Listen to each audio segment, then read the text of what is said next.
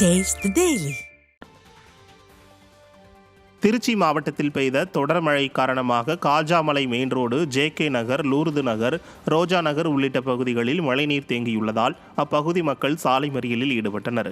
5 நாட்களாக குளம்போல தேங்கியுள்ள மழைநீரை அகற்ற பல முறை புகார் அளித்தும் மாநகராட்சி அதிகாரிகள் நடவடிக்கை எடுக்கவில்லை என பொதுமக்கள் குற்றம் சாட்டியுள்ளனர். சாலைகளில் மழைநீர் தேங்கக்கூடாது என்பதற்காக குடியிருப்பு பகுதிகளில் திருப்பிவிடப்பட்டதால் வீடுகளில் குளம்போல தண்ணீர் தேங்கியுள்ளதாக மக்கள் வேதனை தெரிவித்தனர்.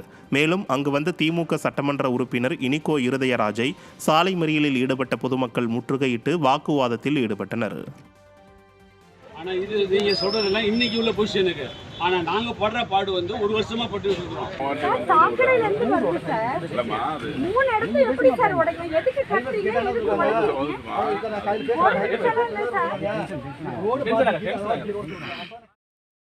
எதுக்கு வீடுகளை சுற்றி நீர் வந்து தேங்கி இருக்கு. சாக்கடை பாதாள சாக்கடையில் உள்ளது மட்டும் இல்லாமல் அவங்கவுங்க வீட்டில் இருக்கக்கூடிய செப்டிக் டேங்க் தண்ணியும் வெளியேறி எல்லா பகுதியிலும் நிற்கிது. அதை நீரை வெளியேற்றுறதுக்காகவும் மற்றபடி சாலைகள் அனைத்தும் பாதிக்கப்பட்டிருக்கு. அந்த தார் சாலைகளை திருப்பி போடணும்.